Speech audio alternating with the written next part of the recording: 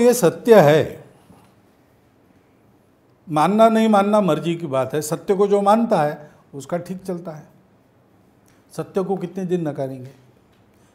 इस बात की अपनी एक ताकत है, और हम कुछ नहीं करेंगे तो भी ज़रूर जीवन में ऐसे अनुभव आएंगे, लोगों को कहेंगे हम तो हिंदू हैं, हम तो भारत के हैं, हम हैं मुसलमान, लेकिन हम अरब नहीं हैं, हम तुर्क नहीं हैं, हम भारत हैं। और भारत है ऐसा कहना, और हम विशेष है ऐसा अगर कहना है आपको, तो भारत है यानी क्या है इसका विचार करना पड़ता है। और इसका जब जब विचार करते हैं तब ये ध्यान में आता है कि भारत है यानी हिंदू है। लेकिन इसको मनाना कैसे? एक तो वहाँ से प्रबोधन होना चाहिए, क्योंकि उनके मानने की बात है ना, मनवाने की बात नहीं है ये। हाथ में लाठी लेके हम मनवाएंगे क्या? ऐसा नहीं करेंगे।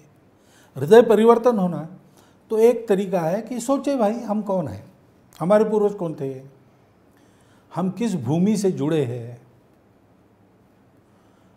मुसलमान होने के बाद भी हमारे पास कव्वाली क्यों है जो नहीं चलती बाकी जगह?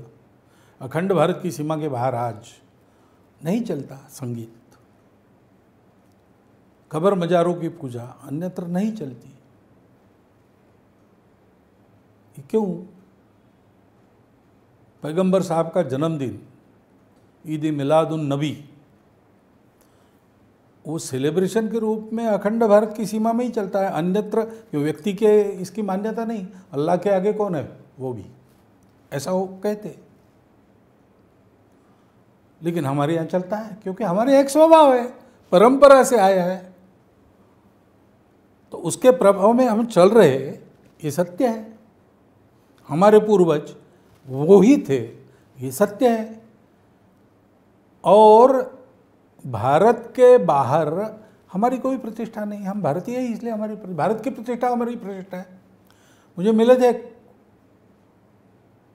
रेलवे के टीसी बंगलोर में मिले, बंगलोर से मैं शिमोगा जा रहा था, तो जाफर शरीफ साहब थे ना, उनके वो भतीजे, उन्होंने मुझे बताया, तब तक मुझे मालूम नहीं था।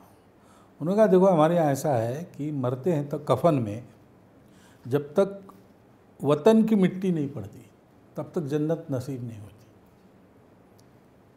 तो ओसामा बिन लादेन को सागर में दफना दिया, इसका हो हल्ला बहुत बड़ा हुआ, उसका एक कारण ये था कि वतन की मिट्टी नहीं डाली थी। तो हम अगर बिना भारत के मिट्टी के मर भी जाते हैं तो हमको स्वर्ग नहीं मिलेगा। तो किस मिट्टी से हम जुड़े हैं ये समझे। हिंदू ये बताएंगे तो फिर वो कहेंगे कि फिर एक तो इसमें आपका क्या फ़ायदा है। तो हिंदू को इस स्थिति में रहना पड़ेगा कि आप ये मानते हो नहीं मानते हो, हमारा कुछ नहीं बिगड़ता,